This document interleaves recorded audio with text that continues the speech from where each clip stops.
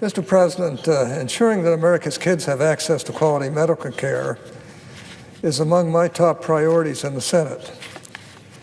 That's why long ago I reached across the aisle to create the Revolutionary Children's Health Insurance Program, or CHIP.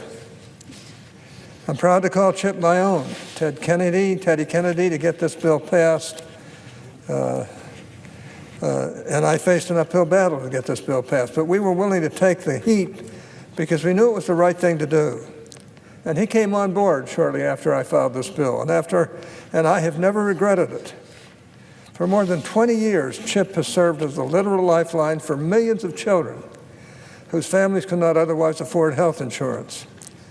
Without exaggeration, this groundbreaking program has saved thousands of young lives, and it has long stood as a symbol of what our two parties can accomplish when we look beyond the horizon of our differences to find common ground.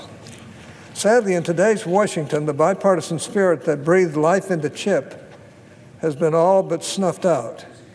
As a case in point, Democrats are now holding this health care program hostage to their own radical agenda, using it as a bargaining chip in a dangerous political game.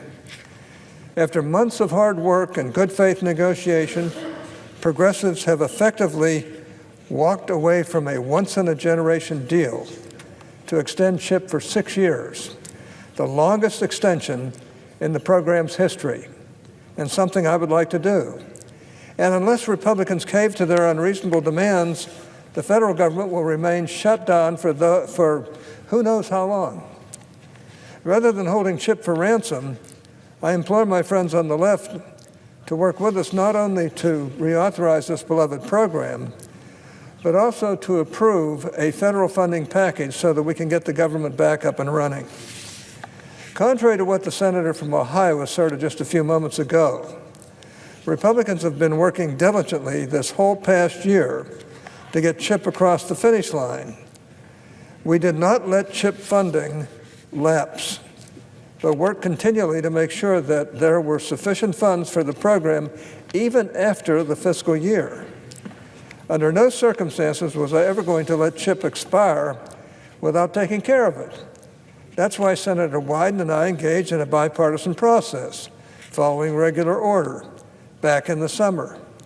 We came to an agreement together.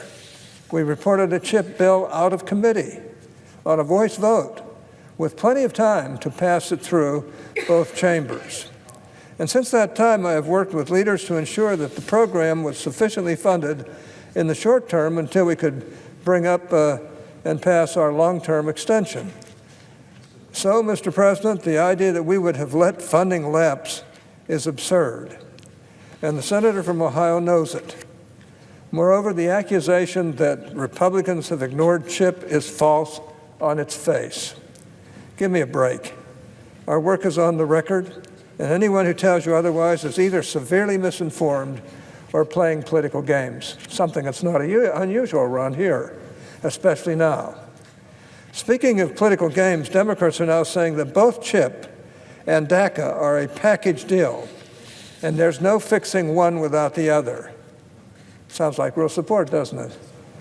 But, Mr. President, that just simply isn't true. We're imposing imaginary deadlines on ourselves that will leave everyone worse off, both CHIP recipients and dreamers alike. The truth is we can secure CHIP funding tonight, ensuring that there are 9 million kids who depend on this critical program will wake up tomorrow with the promise of continued medical care. Resolving the CHIP crisis now will then give us the breathing room we need to find a lasting solution on the DACA issue. But let's not pretend that right now is the do-or-die moment on immigration reform. We have until March to resolve the issue, and we're going to need all of that time to make sure this gets done right. Quite frankly, I've had enough of the Democrats' arbitrary deadlines, and I'm offended by those who say that lawmakers who want to spend more time to resolve the DACA issue don't care about dreamers and their families. I've stuck my neck out on immigration issues year after year, and I have more to show for it than most. So the idea that I don't care because I'd rather do this right than simply do it now is ridiculous. As anyone who has served more than a single term in this body can tell you, immigration is an incredibly complex issue, filled with pitfalls and surprises at every turn.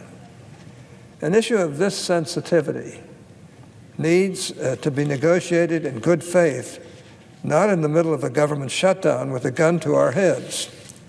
On the subject of immigration reform, I am bewildered by my Democratic colleagues who insist on poisoning the well with an unnecessary government shutdown.